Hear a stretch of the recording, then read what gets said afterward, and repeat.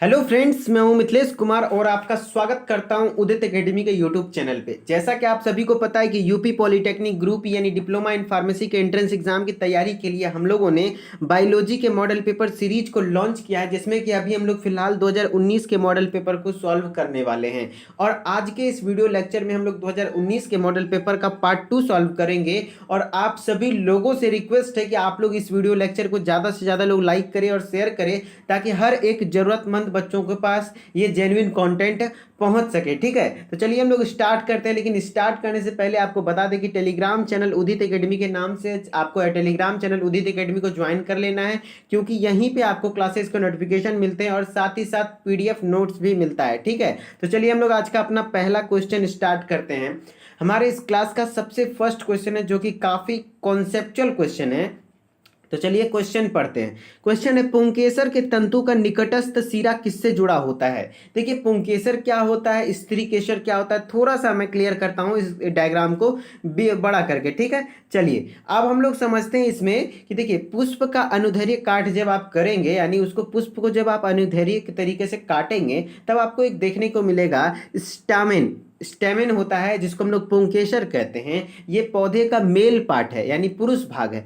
और स्त्री केसर होता है, जिसको इंग्लिश में पिस्टिल कहते हैं और उसको हिंदी में स्त्री केसर कहते हैं। ये पौधे का फीमेल पार्ट होता है, फीमेल रिप्रोडक्टिव पार्ट है। ठीक है, महिला प्रजनन तंत्र जैसे होता है उस तरीके से पौधों में ये होता है पिस्टिल। ओके, तो पोलेन। और आप बात करें स्टामेन की, यानी पुंकेसर का, तो पुंकेसर को दो भाग में बांटा जाता है। ये है पुंकेसर हमारा। इस पुंकेसर को दो भाग में बांटा जाता है। उसमें एक परागकोश होता है ऊपर में, जिसको हम लोग एंथर कहते हैं, और एक तंतु होता है जिसे हम लोग पुतंतु कहते हैं, फिलामेंट। ठीक है, इंग्लिश में क्या कहते हैं, फिलामेंट। ठीक है, क्लियर, समझ में आ रहा ना। देखिए थोड़ा सा समझिए, क्लियर हो जाएगा। यहाँ से क्वेश्चन काफी आता है। ठीक है, इसलिए मैं समझा रहा हूं कि देखिए, पुंकेसर जो होता है वो क्या है, स्टामेन है। और स्टामेन क्या होता है, मेल रिप्रोडक्टिव पार्ट होता है फीमेल का। ठीक है, फीमेल नहीं, फ्लावर का। ओके, अब जो पुंकेसर होता है इसको दो भाग में बांटा जाता है। एक होता है एंथर, जिसको हम लोग परागकोश कहते हैं, और एक होता है फिलामेंट। ठीक है, तंतु। और जो ये तंतु होता है, ये तंतु नीचे से जो जुड़ा होता है वो किससे जुड़ा होता है, पुष्प दल से, यानी पेटल से। किससे,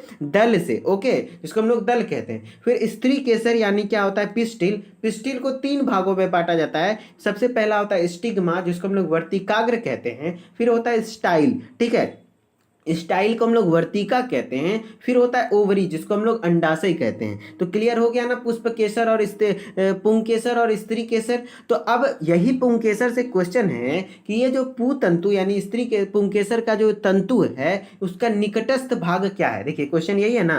टेक 1 सेकेंड, इसको आराम से करते हैं। हाँ चलिए, अब हमारा क्या है, पुंकेसर के तंतु का निकटस्थ सिरा क्या है। मतलब ये जो तंतु है उसका निकटस्थ सिरा क्या होता है। तो सभी को लगता है कि परागकोश होगा आंसर। क्यों, क्योंकि सबसे निकट में क्या है, पुतंतु के सबसे निकट में क्या दिख रहा है आपको, परागकोश दिख रहा है। लेकिन मैं ऐसा बताता हूं कि ऐसा नहीं होता है, कि ये जो पुतंतु है वो स्टार्ट कहां से हो रहा है, नीचे से स्टार्ट हो रहा है। तो उसका स्टार्टिंग को ही ना हम लोग सबसे निकट वाला कहेंगे। तो स्टार्टिंग जो इसका सबसे निकट वाला होता है वो क्या होता है, दल होता है, यानी पुष्प दल होता है। और दूरस्थ भाग क्या होता है, तो परागकोश होता है। क्लियर, समझाना ये हम चाह रहे हैं कि देखिए, जो फिलामेंट है यानी पुतंतु है, इसका जो पुतंतु है उसका जो निकटस्थ भाग है वो दल होता है, और दूरस्थ भाग क्या होता है, एंथर होता है। ठीक है, निकटस्थ कैसे याद रखना है कि जो पुतंतु है स्टार्ट कहां से होता है, तो यहां से स्टार्ट होता है। तो स्टार्टिंग को हम लोग निकटस्थ भाग कहेंगे, इस कारण से जो दल से जुड़ा होता है। ठीक है, तो चलिए अब हम लोग क्वेश्चन के आंसर में ऑप्शन एलिमिनेट करते हैं कि क्वेश्चन का आंसर क्या होगा। कि पुंकेसर के तंतु का निकटस्थ सिरा किससे जुड़ा होता है, तो भैया पुष्पासन या दल से। उसी को पेटल को ही यहाँ पे हम लोग पुष्पासन भी बोल सकते हैं। तो इसी कारण से हो गया, या तो वो पुष्पासन से जुड़ा रहेगा या तो वो दल से जुड़ा रहेगा। क्लियर, समझ रहे ना। चलिए चलिए नेक्स्ट क्वेश्चन पे आते हैं हम लोग। नेक्स्ट क्वेश्चन है, C4 पादपों की पत्तियों में CO2 स्थिरीकरण के दौरान मैलिक अम्ल, यहाँ पे मौलिक लिखा गया है सॉरी, लेकिन मैलिक अम्ल का संश्लेषण कहाँ होता है। तो सबसे पहले मैं C4 प्लांट्स के बारे में आपको कुछ दिखाता हूँ कि जो C4 प्लांट्स होता है उसमें जो कार्बन डाइऑक्साइड का फिक्सेशन होता है, CO2 का स्थिरीकरण यानी फिक्सेशन होता है। टेक 1 सेकेंड, CO2 का जो फिक्सेशन होता है वो मीजोफिल सेल में होता है। किसमें मीजोफिल सेल में होता है। और मीजोफिल सेल को हिंदी में हम लोग पर्ण मध्योतक कोशिका कहते हैं। क्या कहते हैं? पर्ण मध्योतक कोशिका कहते हैं। और इसी मीजोफिल सेल में जो CO2 का फिक्सेशन होता है वो किस फॉर्म में होता है? तो मैलिक एसिड के फॉर्म में होता है। किस फॉर्म में? मैलिक एसिड, जिसको हम लोग मैलेट भी बोलते हैं। ये 4 कार्बन का मॉलिक्यूल होता है। कितने कार्बन का? 4 कार्बन मॉलिक्यूल होता है। तो यही अब क्वेश्चन समझिए कि क्वेश्चन यही है कि C4 पादपों में जो पत्तियों का CO2 का स्थिरीकरण होता है वो उस दौरान जो मैलिक अम्ल बनता है वो कहाँ संश्लेषण होता है? तो मीजोफिल सेल में होता है। आपने देखा कि ये जो मैलिक एसिड है, मैलेट है, उसका निर्माण कहाँ हो रहा है? मीजोफिल सेल में हो रहा है। और मीजोफिल सेल को हिंदी में हम लोग क्या कहते हैं? पर्ण मध्योतक कोशिका कहते हैं। तो हमारा आंसर क्या हो जाएगा? पर्ण मध्योतक कोशिका में होता है। तो C4 प्लांट्स में जो CO2 का स्थिरीकरण भी अगर पूछ दे कि CO2 का स्थिरीकरण कहाँ होता है, तो मीजोफिल सेल में होता है।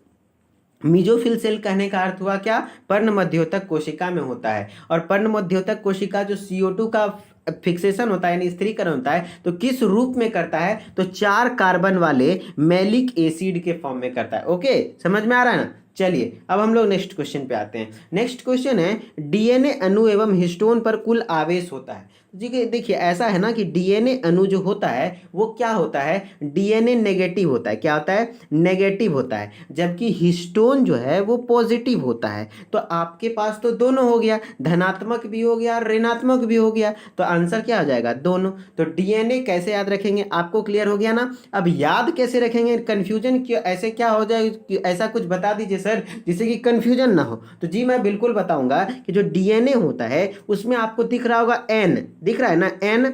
तो N के कारण क्या होता है? ये निगेटिव हो जाता है। देखिए ये याद करने का तरीका, इसमें कोई लॉजिक नहीं है, ठीक है। DNA में N है तो इस कारण से वो क्या होता है? नेगेटिव होता है। और हिस्टोन क्या है? एक प्रोटीन है। हिस्टोन क्या है? प्रोटीन है। और प्रोटीन है मतलब P से प्रोटीन, तो P से पॉजिटिव होता है। तो मतलब हिस्टोन धनायन होता है और DNA ऋणायन होता है। तो इस तरीके से हमारा आंसर हो जाएगा दोनों, ठीक है। अब यहाँ पे क्वेश्चन इस प्रकार से हो सके डायरेक्टली ये पूछ दे कि हिस्टोन पर किस प्रकार का आवेश होता है, तो भी आपको जवाब देना पड़ जाए, ठीक है। चलिए अब नेक्स्ट क्वेश्चन पे आते हैं हम लोग। हमारा नेक्स्ट क्वेश्चन है निम्नलिखित में से किस जीनोम में जैव विविधता की प्रचुर मात्रा मिलती है? देखिए जैव विविधता मतलब क्या होता है? जैव विविधता इसका मतलब है बायोडाइवर्सिटी। बायोडाइवर्सिटी कहने का हुआ कि कोई ऐसा जगह जहाँ पे बहुत डिफरेंट डिफरेंट टाइप के जीव पाए जाते हों। तो कहाँ पे बहुत ज़्यादा जैव विविधता यानी बायोडाइवर्सिटी देखने को मिलेगा? बहुत तरह तरीके के जीव मिलेंगे जहाँ पे अधिकतर बारिश हो और ज़्यादा जहाँ घना वन हो वहीं पे होगा ना। तो इसी कारण से इसको कहा जाता है कि सबसे ज़्यादा जो जैव विविधता का प्रचुर मात्रा मिलती है वो उष्ण कटिबंधीय सदाबहार मानसूनी वन में मिलती है। किसमें मिलती है? उष्ण कटिबंधीय सदाबहार मानसूनी वन यानी रेन फॉरेस्ट में मिलता है। समझ में आ रहा है ना कि ट्रॉपिकल रेन फॉरेस्ट में सबसे ज़्यादा बायोडाइवर्सिटी देखने को मिलता है, क्योंकि यहाँ पे एक तो वन है, ऊपर से क्या हो रहा है? हर समय बारिश होते रहता है। इस कारण से क्या होता है कि यहाँ बहुत तरीके के जीवों का रहना उचित हो जाता है, ठीक है।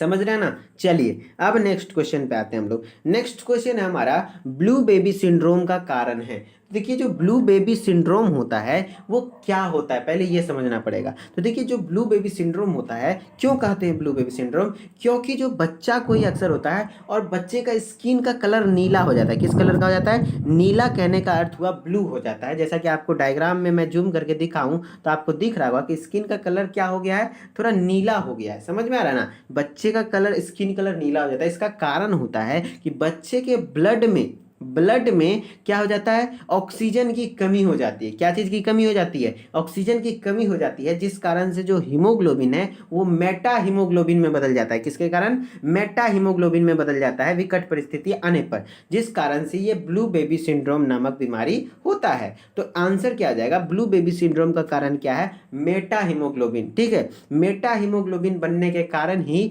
ब्लू बेबी सिंड्रोम होने लगता है, ठीक है। मेटा हीमोग्लोबिन होने के कारण ही क्या होता है? ब्लू बेबी सिंड्रोम होता है। अब ब्लू बेबी सिंड्रोम में होता क्या है? जो बच्चा है उसके स्किन का कलर यानी त्वचा का रंग नीला पड़ जाता है, ठीक है। किस कारण से? तो ऑक्सीजन का जो बहुत ज्यादा अवेलेबिलिटी कम हो जाता है ब्लड में, ठीक है, वो हीमोग्लोबिन मेटाग्लोबिन में तब्दील हो जाता है। ओके, समझ में आ रहा है ना सभी बच्चों को? चलिए अब हम लोग नेक्स्ट क्वेश्चन पे आते हैं। नेक्स्ट क्वेश्चन है यदि चारण द्वारा घासों को लाभ प्राप्त होता है तो यह उदाहरण होगा। देखिए ये कुछ रिलेशनशिप के एग्जांपल्स हैं यहाँ पे, जैसे कि आपको सबसे ज़्यादा समझना है कि सह उपकारिता और परभक्षण, इस दोनों में बच्चे को कंफ्यूजन हो जाएगा यहाँ पे। तो सह उपकारिता यानी सहजीवी यानी सिम्बायोसिस रिलेशनशिप, और सिम्बायोसिस रिलेशनशिप ऐसे रिलेशनशिप को कहते हैं जहाँ पे कि दोनों को फायदा हो। जैसे कि क्या हो रहा है कि यहाँ पे हो रहा है क्या कि चारण द्वारा, यानी कोई भी पशु यानी कोई भी गाय बकरी भैंस अगर घास को खा रहा है तो गाय को क्या मिल रहा है, भोजन मिल रहा है, और घास को भी तो लाभ प्राप्त हो रहा है। अब क्या लाभ प्राप्त हो रहा है हमें नहीं पता, लेकिन किताब में लिख दिया है कि नहीं लाभ प्राप्त हो रहा है। मतलब यहाँ पे चारण यानी कोई भी पशु है उसको भी लाभ हो रहा है, और घास को चरा जा रहा है फिर भी लाभ हो रहा है घास को। तो इसका मतलब है कि यह एक क्या हो गया, सह उपकारिता हो गया। मतलब दोनों मिलजुल के रह रहा है, एक दूसरे का मदद कर रहा है, दोनों एक दूसरे का फायदा उठा रहा है, तो उसको हम लोग सहजीवी कहेंगे, यानी सिम्बायोसिस रिलेशनशिप, उसी को हम लोग सह उपकारिता कहेंगे। यही यहाँ पे रहता है कि चारण द्वारा घासों को चर लिया जाता है, तब क्या कहलाएगा, तो मतलब घास को तो कोई फायदा होगा नहीं, तब वो परभक्षण कहला जाएगा। क्या कहला जाएगा, परभक्षण, यानी उसमें सिर्फ एक को फायदा हुआ और दूसरे को घाटा हुआ। ठीक है, लेकिन यहाँ पे किताब में स्पेशली केस दिया है क्वेश्चन में कि चारण द्वारा घासों को लाभ प्राप्त होता है। तो चारण है मतलब वो चरेगा घास को, मतलब घास को खाएगा, और घास खाने से उसको तो भोजन मिल जाएगा और घास को भी लाभ प्राप्त हो रहा है। इसका मतलब है कि वो सह उपकारिता का एग्जाम्पल है। अब परभक्षण का एग्जाम्पल जैसे लिख लीजिए कि हिरन को शेर खाता है, तो क्या हिरन को कोई फायदा मिलता है, नहीं ना, तो ये क्या हो गया, परभक्षण हो गया। तो इस तरीके से हम लोग समझ सकते हैं। और सह उपकारिता का एग्जाम्पल तो भाई दो है, जैसे कि लाइकेन, लाइकेन के बारे में आपने पढ़ा होगा कि लाइकेन भी एक सिम्बायोसिस रिलेशनशिप है। किसके किसके बीच, एल्गी और फंगी के बीच, एल्गी माने शैवाल और कवक के बीच के सहजीवी संबंध को हम लोग लाइकेन कहते हैं। फिर माइकोराइजा होता है, माइकोराइजा भी क्या है, सहजीवी संबंध का एग्जाम्पल है। माइकोराइजा किसके बीच, तो कवक और उच्च पादप के जड़ के बीच क्या होता है, माइकोराइजा सहजीवी संबंध कहलाता है। तो ये सब कुछ कुछ सहजीवी संबंध आपको ध्यान रखने हैं। ठीक है, मैंने पढ़ा रखा है 500 प्लस प्रश्नकाल सीरीज में काफी बार। ठीक है, चलिए ये भी क्वेश्चन काफी इंपॉर्टेंट है, निम्नलिखित में से कौन सा विकल्प सुमेल है। तो देखिए यहाँ पे अंडरग्राउंड स्टेम के एग्जांपल्स आपको याद रखने हैं, जो कि मैं जूम करके थोड़ा सा दिखाता हूँ। मैंने कई बार इसको फोकस कराने की कोशिश की और यही एग्जाम्पल आएगा। ठीक है, इतना ही अंडरग्राउंड स्टेम।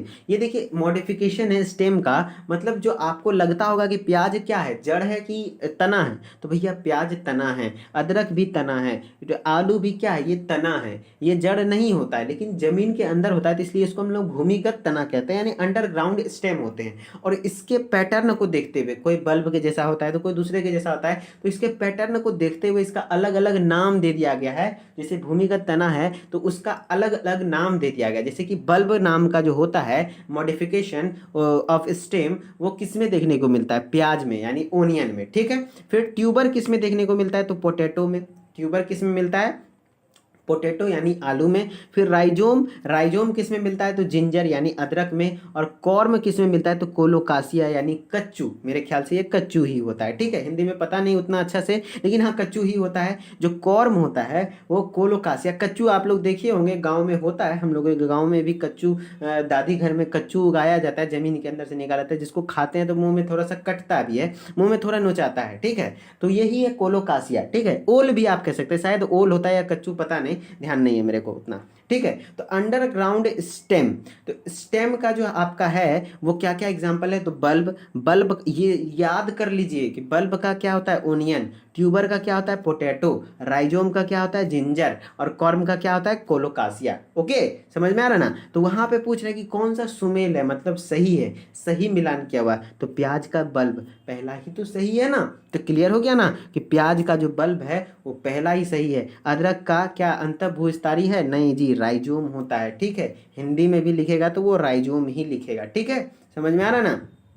चलिए अब हम लोग नेक्स्ट क्वेश्चन पे आते हैं। हमारा नेक्स्ट क्वेश्चन है स्त्री धानीधर किस में पाया जाता है। तो देखिए स्त्री धानीधर समझने से पहले आपको ये डायग्राम क्लियर करके मैं समझाता हूँ कि देखिए जो मर्केंसिया नाम का प्लांट होता है, क्या मर्केंसिया नाम का प्लांट होता है, ये एक ब्रायोफाइट है। क्या है, ब्रायोफाइट है। जैसे कि आपको मैंने बताया है कि जो प्लांट किंगडम यानी पादप जगत है, इसको 5 भागों में बांटा गया है। एल्गी, ब्रायोफाइट, फिर क्या आता है, टेरिडोफाइट, जिम्नोस्पर्म, एंजियोस्पर्म। ठीक है, तो एल्गी के बाद जो ब्रायोफाइट फाइलम है यानी डिवीजन है, प्लांट्स में बोलते हैं तो डिवीजन बोला जाता है। तो ये जो ब्रायोफाइलम का डिवीजन है, ब्रायोफाइट्स का डिवीजन है, उसमें एक प्लांट होता है मर्केंसिया।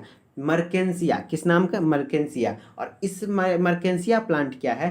ये यूनिसेक्सुअल प्लांट होता है, यानी एक लिंगी पादप होता है। एक लिंगी पादप कहने का अर्थ हुआ कि मेल प्लांट अलग होता है और फीमेल प्लांट अलग होता है। देखने में आपको बिल्कुल एक जैसा लगेगा। ये एनसीईआरटी का डायग्राम है आपके क्लास 12th का, तो आपको 11th में भी है, 12th में भी डायग्राम है, ठीक है। तो आपको ध्यान रखना चाहिए कि ये जो मेल थैलस है, ये मर्केंसिया है, उसके जो गैमी जो रिप्रोडक्टिव स्ट्रक्चर है उसको हम लोग एंथ्रीडियो4 कहते हैं। क्या कहते हैं? एंथ्रीडियो4 कहते हैं। और महिला जो क्या कहते हैं, मादा रिप्रोडक्टिव ऑर्गन है, तो उसको हम लोग आर्कीगोनियोफोर कहते हैं। क्या कहते हैं? आर्कीगोनियोफोर। और इसी को हिंदी में हम लोग स्त्री धानीधर कहते हैं। क्या कहते हैं? स्त्री धानीधर, ठीक है। तो स्त्री धानीधर किस में पाया जा रहा है? मर्केंसिया नाम के प्लांट में। किसमें? मर्केंसिया नाम के प्लांट में। और जो मर्केंसिया वो एक प्रकार का क्या है? ब्रायोफाइट है। क्या है? ब्रायोफाइट है। और ब्रायोफाइट को ही पादप जगत का एम्फीबियन यानी उभयचर भी कहा जाता है, ठीक है। तो स्त्री धानीधर किस में पाया जाता है? तो मर्केंसिया नाम के प्लांट में पाया जाता है। क्लियर? क्या सभी को क्लियर लग रहा है? क्लास में मजा आ रहा है? समझते चलिए। देखिए, मैं क्लास में बकवासी बहुत कम करना पसंद करता हूं, ठीक है। मेरा कहना है कि हम 30 मिनट का ही क्लास रखेंगे, हम फालतू का उसे 45 मिनट नहीं करेंगे। लेकिन हमारा 30 मिनट ही होगा, लेकिन हम 30 मिनट में ही सिर्फ पढ़ाई करेंगे और ज़्यादा से ज़्यादा चीज़ों को सीखने का कोशिश करेंगे। जी हाँ, लेकिन पढ़ने के लिए माइंड फ्रेश होना जरूरी है, एंटरटेनिंग वे में पढ़ना चाहिए। इसलिए मैं डायग्राम्स यूज़ करता हूँ, ठीक है। डायग्राम्स में इसीलिए यूज करता हूं ताकि आपको इंटरेस्टिंग वे में समझाया जा सके, ठीक है। चलिए, अब हम लोग नेक्स्ट क्वेश्चन पे आते हैं। हमारा नेक्स्ट क्वेश्चन है, वायु परागकणों सामान्यता किसमें पाया जाता है? देखिए, वायु परागकण नहीं होगा, वायु परागन होगा। यहाँ मिसप्रिंट हुआ है, मिसटाइप हो गया है। वायु परागन सामान्यता किसमें पाया जाता है? तो देखिए, वायु के द्वारा यदि परागन होता है तो उसको हम लोग वायु परागन कहते हैं। और वायु परागन को और क्या कहा जाता है? एनिमोफिली कहा जाता है। क्या कहा जाता है? एनिमोफिली। और वायु परागन किसमें होता है? घास में जो होता है ना, नॉर्मली जो घास आप देखते हैं, दुबरी का घास हो गया, इस सब में वायु परागन के द्वारा ही परागन प्रक्रिया यानी पॉलिनेशन प्रोसेस कंप्लीट होता है। समझ में आ रहा है ना कि वायु परागकणों का समान वायु परागन प्रक्रिया किसमें होता है? तो घास में देखने को मिलता है, यानी ग्रासेस में। ओके, चलिए, अब हम लोग नेक्स्ट क्वेश्चन, ये काफी कॉन्सेप्चुअल क्वेश्चन है कि जाइगोमॉर्फिक एक व्यवसमित पुष्प पाए जाते हैं। तो देखिए, आपको बताता हूं कि फ्लावर के सिमेट्री के हिसाब से, किसको? फूलों के सिमेट्री के हिसाब से उसको तीन टाइप्स में बांटा गया है।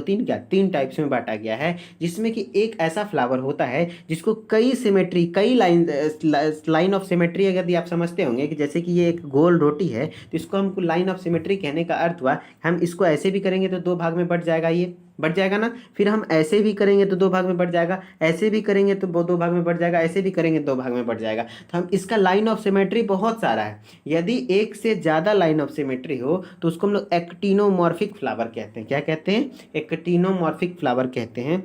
फिर यदि लाइन ऑफ सिमेट्री सिर्फ एक ही लाइन ऑफ सिमेट्री हो, जैसे कि आपको दिख रहा है इस फिगर में ब्लू वाले फ्लावर्स में कि जाइगोमॉर्फिक में सिर्फ एक ही लाइन ऑफ सिमेट्री होता है, मतलब आप एक ही ऐसा लाइन होगा जिससे कि आप दोनों को बीच से भाग में बांट सकते हैं। फिर एसिमेट्रिक ऐसा फ्लावर होता है जिसको कि आप कोई भी लाइन ऑफ सिमेट्री नहीं हो, कि कोई ऐसा लाइन ऑफ सिमेट्री नहीं है जिससे कि आप उसको 2 बराबर भागों में बांट सकते हैं, ठीक है। तो जाइगोमॉर्फिक जो पुष्प पाया जाता है, यानी क्या, जिस आपको यही पूछा जाता है मेनली, तो एग्जाम्पल तो बहुत कम ही है, चांस आपको यही पूछ देगा कि जाइगोमॉर्फिक फ्लावर का मतलब क्या है, कितने लाइन ऑफ सिमेट्री होते हैं? तो ओनली 1, मतलब मात्र एक लाइन ऑफ सिमेट्री होता है। जबकि एक्टिनोमॉर्फिक में एक से ज्यादा होता है और एसिमेट्रिक में एक भी सिमेट्रिकल लाइन नहीं होता है। ओके, समझ में आ रहा ना। लेकिन यहाँ पूछा है कि जाइगोमॉर्फिक पुष्प पाए जाते हैं, तो गुलमोहर का पुष्प में जाइगोमॉर्फिक होता है, मतलब मात्र एक ही है उसका जो लाइन ऑफ सिमेट्री, जिससे कि आप उसको 2 भाग में बांट सकते हैं। समझ रहे हैं? क्लियर? चलिए, अब हम लोग नेक्स्ट क्वेश्चन पे आते हैं। हमारा नेक्स्ट क्वेश्चन है, निम्न में से किस हार्मोन के अभाव के कारण आवर्त प्रवाह होता है? देखिए, ये क्वेश्चन 2017 के भी मॉडल पेपर में हमारा आया था। तो क्या सभी बच्चे आंसर दे सकते हैं? फटाफट आंसर कीजिए। जी बिल्कुल, थोड़ा सा आप लोग सही जा रहे हैं, लेकिन आपको मैं समझा दूं कि ये जो प्रोजेस्टेरोन, थोड़ा सा मैं एक बार और क्लियर कर दूं, थोड़ा आप लोग फटाफट रिवाइज कर लीजिए, ठीक है। जो ये डायग्राम है उसमें थोड़ा सा आप लोग रिवाइज कर लीजिए कि देखिए, जो हमारा यूट्रस होता है, पहले आपको कॉन्सेप्ट समझना समझना पड़ेगा कि आवृत्त प्रवाह क्या होता है। देखिए जो ये आवृत्त प्रवाह की बात कर रहे हैं ये लोग, आवर्त प्रवाह या फिर आवृत्त प्रवाह जिसको बोला जाता है वो क्या होता है। तो देखिए जो लड़कियों को पीरियड्स होते हैं, लड़कियों में जो मेंसेस होते हैं, तो लास्ट का जो 5 दिन, शुरुआती 3 से 5 दिन का आवृत्त प्रवाह होता है जिसमें कि लड़कियों को ब्लीडिंग होता है। तो वो ब्लीडिंग किस हार्मोन की कमी के कारण होता है। तो इस ब्लीडिंग के पीछे कॉन्सेप्ट ये है कि जो यूट्रस होता है यानी गर्भाशय है, बच्चेदानी है, उसको 3 वाल होता है। कितना लेयर ऑफ वाल होते हैं?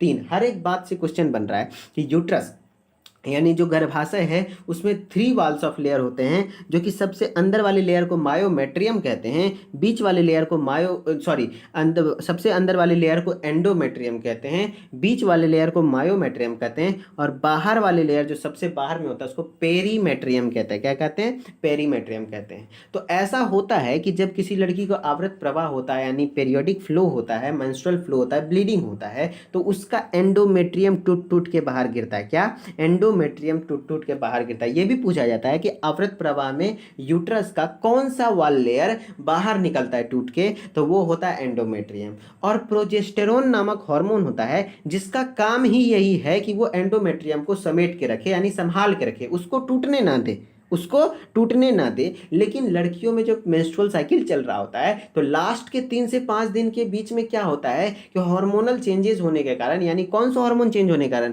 प्रोजेस्टेरोन का लेवल एकदम कम हो जाता है, जिस वजह से क्या होता है कि वो एंडोमेट्रियम टूटने लगता है धीरे धीरे, और टूटते टूटते धीरे धीरे वो बाहर निकलने लगता है। तो समझ में आया? क्वेश्चन क्लियर हुआ कि आवृत्त प्रवाह में किस हार्मोन के अभाव के कारण होता है? तो प्रोजेस्टेरोन हार्मोन के अभाव के कारण। किसके कारण? प्रोजेस्टेरोन हार्मोन के अभाव के कारण होता है। और ये प्रोजेस्टेरोन हार्मोन के अभाव के कारण जो आवृत्त प्रवाह होता है वो उसमें जो यूट्रस के कौन से लाइन टूट के बाहर निकलते हैं, कौन सा वाल? तो वो एंडोमेट्रियन वाल। ठीक है, क्लियर, समझ गए? चलिए अब हम लोग नेक्स्ट क्वेश्चन पे आते हैं। हमारा नेक्स्ट क्वेश्चन भी काफी इंटरेस्टिंग है। नेक्स्ट क्वेश्चन है हमारा कि निम्नलिखित में से कौन सा एक सत्य मीन है, मतलब सही में मछली कौन सा है। तो आपको नाम के आगे तो सब में फिश लग रहा होगा, जैसे कि cuttle fish, jelly fish, dog fish, तारा मीन। तो हर चीज आपको नाम से तो मछली लग रहा होगा, लेकिन एक्चुअली में ऐसा नहीं होता है। समझे? एक्चुअली में होता क्या है हम लोग पढ़ेंगे। सबसे पहले हम लोग तारा मीन यानी स्टार फिश आप नाम सुनेंगे। जो स्टार फिश है वो एक्चुअली में क्या मछली है? पाइसेस ग्रुप से बिलोंग करता है? तो जी नहीं, वो एकाइनोडर्मेटा से बिलोंग करता है। किससे? एकाइनोडर्मेटा से। किससे बिलोंग करता है? एकाइनोडर्मेटा नाम से फाइलम से बिलोंग करता है। तो ये तो मछली नहीं है भैया। और हम लोग चलिए बात करते हैं जेली फिश का। किसका बात करते हैं हम लोग? जो जेली फिश है वो जेली फिश किस फाइलम से बिलोंग करता है? तो वो निडेरिया फाइलम से बिलोंग करता है। तो ये भी मछली होने का तो कोई सवाल है ही नहीं उठता है। तो मतलब हमारा 2 चीज़ तो ऑप्शन में छट गया। तारा मीन यानी स्टार फिश क्या है ये याद रखिए, स्टार फिश इकाइनोडर्मेटा बिलोंग करता है। फिर जो जेली फिश होता है वो जेली फिश किससे बिलोंग करता है? तो निडेरिया फैमिली से। किससे? निडेरिया फैमिली से। और जो आपको बता दें हम, ये जो कटल फिश है ये मोलास्का से बिलोंग करता है। किससे? मोलास्का फाइलम से। तो भैया एक बचा क्या? कुत्ता मछली यानी डॉग फिश। ये ओरिजिनल में पाइसेस है यानी सही में मछली होता है। ठीक है, तो इस तरीके से आपको ऑप्शन छांटना है। तो आपको सच में एग्जाम्पल ये सब चीज़ें याद रखनी है कि तारामीन यानी जो स्टार फिश है वो क्या है? एक प्रकार का इकाइनोडर्मेटा होता है। क्या होता है? एक प्रकार का इकाइनोडर्मेटा होता है। समझ रहे हैं ना? और जबकि ये जेली फिश क्या है? निडेरिया है। कटल फिश क्या है? मोलास्का है। और डॉग फिश ओरिजिनल में पाइसेस है यानी मत्स्य ग्रुप से बिलोंग करता है। क्लियर? समझ रहे हैं ना? चलिए अब हम लोग नेक्स्ट क्वेश्चन पे आते हैं। हमारा नेक्स्ट क्वेश्चन है मनुष्य में दूध के पाचन में प्रारंभिक अवस्था किसके कारण होती है? तो दूध के पाचन में प्रारंभिक अवस्था, दूध का जो पाचन होता है प्रारंभिक अवस्था में किसके कारण होता है? तो वो रेनिन के कारण होता है। और रेनिन क्या है? रेनिन एक प्रकार का एंजाइम है। क्या है? दुग्ध पाचक एंजाइम यानी मिल्क डाइजेस्टिंग एंजाइम है। दूध को पचाने वाला एंजाइम है रेनिन, जो कि बच्चों में ज्यादा पाया जाता है। देखिए हमारा आमाशय में एक प्रधान कोशिका नाम से, चीफ सेल, इंग्लिश में बोले तो चीफ सेल, हिंदी में बोले तो प्रधान कोशिका। तो प्रधान कोशिका के द्वारा एक रेनिन नाम का एंजाइम रिलीज होता है जो कि दूध को पाचन करने में मदद करता है। ठीक है, और जो दूध पाचक एंजाइम है रेनिन, ये किस में ज़्यादा देखने को मिलता है? तो बच्चों में देखने को ज़्यादा मिलता है, वयस्क में ये धीरे धीरे कम हो जाता है रेनिन। ठीक है, समझ रहे हैं ना कि मनुष्य में दूध के पाचन के प्रारंभिक अवस्था किसके कारण होती है, तो रेनिन के कारण होती है। क्लियर, समझ रहे हैं। चलिए अब हम लोग नेक्स्ट क्वेश्चन पे आते हैं। नेक्स्ट क्वेश्चन है हमारा कि निम्नलिखित में से कौन सा रीनल पिरामिड का भाग नहीं है। तो देखिए रीनल पिरामिड होता क्या है, इसका डायग्राम मेरे को मिला नहीं, सही डायग्राम जो मैं खोज रहा था नेट पे, लेकिन मैं कोशिश करता हूँ कि देखिए रीनल मतलब क्या होता है, किडनी, और किडनी का जो संरचनात्मक एवं क्रियात्मक इकाई है उसके कहते हैं नेफ्रॉन, है ना, नेफ्रॉन। तो किडनी के अंदर ऐसा करके किडनी होता है, 2 किडनी होता है, आपको भी पता है। तो किडनी के अंदर नेफ्रॉन होता है, क्या होता है, नेफ्रॉन। लेकिन नेफ्रॉन किस में होता है, तो जो कि किडनी है, रीनल पिरामिड इस तरीके से कुछ पिरामिड में बता रहता है, इस तरीके से कुछ पिरामिड में यहाँ पे बना रहता है। तो इस पिरामिड का कौन सा नेफ्रॉन का कौन सा ऐसा पार्ट है जो कि रीनल पिरामिड का भाग, तो इसी को हम लोग रीनल पिरामिड कहते हैं, समझे। तो रीनल पिरामिड का कौन सा भाग जो नेफ्रॉन का है जो कि नहीं है, तो वो कुंडलित नलिकाएं जो होती हैं,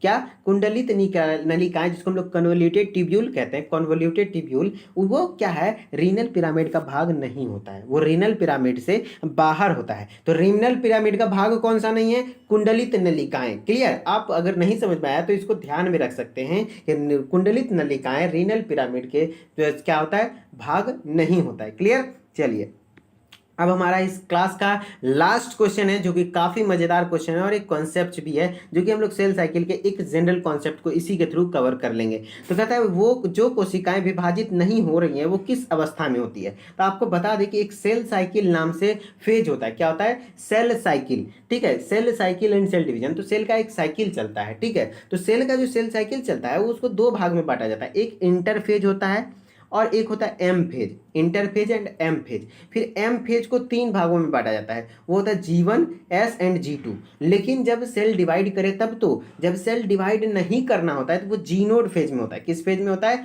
जी नोड फेज, इसको हम लोग कहते हैं, इसको क्या कहते हैं, जी नोड फेज कहते हैं। तो जी नोड फेज में होता क्या है कि सेल डिवाइड नहीं करता है। तो यही क्वेश्चन है भैया, कि क्वेश्चन पहले क्लियर कर लेते हैं। जो कोशिकाएं विभाजित नहीं हो रही होती हैं वो किस अवस्था में हो सकती हैं, तो जीनोड प्रावस्था में। किसमें, जीनोड प्रावस्था में होती हैं। तो वो कोशिकाएं जो विभाजित नहीं होती हैं। लेकिन अब जो विभाजित होगी वो क्या करेगी, तो जीवन फेज में क्या होता है, सबसे पहले देखिए जिसको विभाजन करना है तो सबसे पहले वो जीवन फेज में आएगा। जीवन फेज में वो सेल का ग्रोथ करेगा, मतलब सेल बड़ा होगा। फिर एस फेज में क्या होता है, डीएनए का रेप्लिकेशन होता है। क्या होता है, डीएनए का रेप्लिकेशन होता है। मतलब जो आपको ये सबसे ज़्यादा इंपॉर्टेंट यही हो जाता है कि डीएनए का जो रेप्लिकेशन होता है वो किस फेज में होता है, तो एस फेज में होता है। ओके, फिर G2 फेज में क्या होता है, तो प्रिपरेशन फॉर माइटोसिस, कि अब जो समसूत्री विभाजन होगा उसके लिए तैयारी होता है G2 फेज में। फिर M फेज में क्या हो जाता है, माइटोसिस हो जाता है, समसूत्री विभाजन हो जाता है। और समसूत्री विभाजन के तहत यदि कोई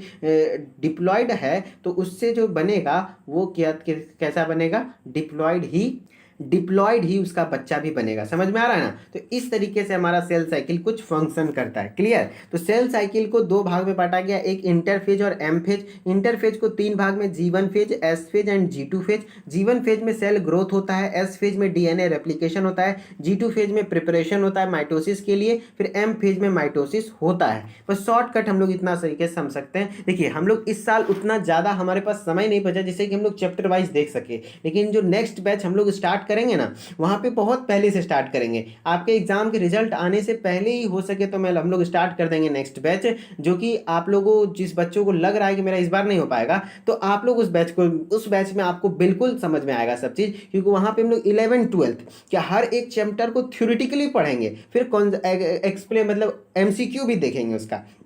मतलब एक वहाँ पे हमारे पास कम से कम 6 मंथ्स का टाइम होगा, 6 से 8 महीने का। उस बीच में हम लोग फिजिक्स केमिस्ट्री को भी एकदम theoretically, MCQ wise, theoretically wise हर तरीके से कवर करेंगे। और हमारा फोकस दोनों होगा उस समय, CUET भी होगा और नीट भी होगा। ठीक है, तो नीट नहीं मतलब CUET और यूपी पॉलिटेक्निक होगा। ओके, तो आप यदि बायोलॉजी से तो आप नीट का भी फॉर्म फिल कीजिए। मेरे ख्याल से देखिए रिजल्ट होना या ना होना बात अलग होता है, लेकिन आपको तैयारी करना चाहिए मेरे ख्याल से। और बायोलॉजी बिल्कुल आपको उसी लेवल का पढ़ाया जाएगा, क्योंकि बायोलॉजी में नीट में भी कोई खास डिफरेंस नहीं है। मैं जितनी चीज़ें आपको पढ़ाऊँगा एनसीईआरटी देखिए आपको कवर करना होगा, चाहे नीट वाले बच्चे हों चाहे आप हो, समझ रहे ना। और आपके एग्ज़ाम में मैक्सिमम बच्चे जो होंगे, वो जितने भी आपके कैंडिडेट हैं यूपी पॉलिटेक्निक में, मैक्सिमम बच्चे वो नीट का भी फॉर्म भरे होंगे, ठीक है। तो ऐसा कोई डरने वाली बात नहीं है। नीट वाले बच्चे भी एकदम तीर नहीं मार लेते हैं, जिनका नहीं हो पाता है नीट में वही इधर आते हैं। लेकिन ऐसा नहीं है कि जिसका नीट नहीं हुआ कुछ नहीं हुआ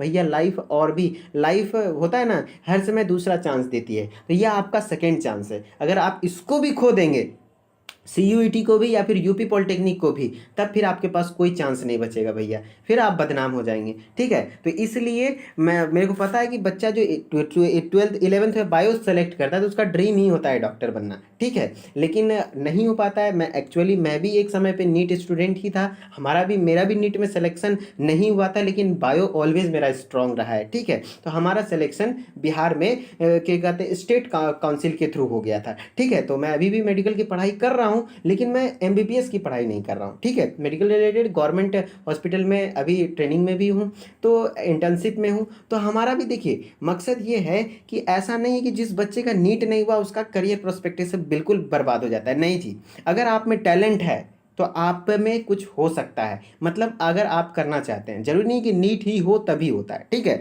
मेरा कहने का मतलब ये है, एग्जाम्पल मेरे को भी आप एग्जाम्पल में ले सकते हो कि हमारा नीट नहीं हुआ था तो क्या हम अगर वहीं पे सुसाइड कर लेते या फिर पढ़ना ही छोड़ देते। हमारे दोस्त में से कई ऐसे थे जिन्होंने पढ़ना ही छोड़ दिया, या फिर नीट के चक्कर में धूम्रपान करने लगे, डिमोटिवेट हो गए कि अब हमारे लाइफ में कुछ नहीं होगा, ठीक है। तो ऐसा नहीं होता है भैया, ऐसा नहीं होता है। आप उस चीज़ को फेज को भूलिए, आप अपने पोटेंशियल को पहचानिए, क्या आपसे हो पा रहा है, क्या आपको मन लग रहा है, ठीक है। जैसे कि मेरा फिजिक्स बहुत ज़्यादा कमजोर है, केमिस्ट्री में फिर भी हैंडल कर लेता हूँ, लेकिन फिजिक्स को पढ़ने में मेरे को मन नहीं लगता है, जिस कारण से मेरा नीट में सिलेक्शन नहीं हो पा रहा था एक अच्छे गवर्नमेंट कॉलेज में। और प्राइवेट से मैं कर नहीं सकता था क्योंकि मेरे पास उतना पैसा नहीं था, नहीं तो प्राइवेट में सीटें 2-3 बार अलॉट हुई थी, ठीक है। मैंने 3 अटेम्प्ट भी नीट दिया था, लेकिन हमारे से नहीं हो पाया। तो मेरा कहना यही है कि भैया आपका नीट नहीं हुआ तो आपको ज़िंदगी हर समय दूसरा चांस देती है, समझ रहे ना। और दूसरा चांस में भी गोल्डन अपॉर्चुनिटी है। आप मेडिकल करियर में, मेडिकल कोर्स में आप फार्मेसी कर लेते हो तो आप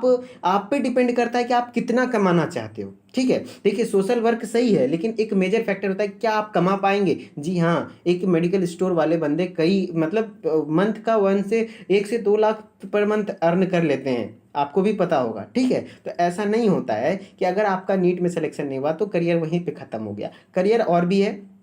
चलिए हम लोग मिलते हैं फिर नेक्स्ट लेक्चर में। सॉरी आपके 2 से 3 मिनट लास्ट में मैंने जया किया, लेकिन वो जया नहीं है, वो ख़राब नहीं है। बहुत सारे बच्चे होंगे ऐसे जो कि नीट का एक्चुअली में फॉर्म भी भरे होंगे और तैयारी भी कर रहे हैं और उनका मोटिवेशन बहुत कम होगा, मतलब वो सेल्फ कॉन्फिडेंस खत्म हो जाता है ना, खुद पे विश्वास ही नहीं रह जाता है। लेकिन नहीं, खुद पे विश्वास रखिए और ज़िंदगी हर समय दूसरा मौका देती है, और उस दूसरे मौके में भी कम से कम परफेक्ट होने का ट्राई कीजिए, ठीक है। तो चलिए हम लोग मिलते हैं अब 2019 के मॉडल पेपर पार्ट 3 में। हम लोग बहुत अच्छे से पढ़ेंगे और बायोलॉजी में कोई डिफरेंस नहीं है भैया, आपको भी वही एनसीईआरटी पढ़ना पड़ेगा और नीट वाले बच्चे भी वही एनसीईआरटी पढ़ते हैं। लेकिन हाँ, फिजिक्स केमिस्ट्री का लेवल आपका काफ़ी लो है आपके एग्जाम का, ठीक है।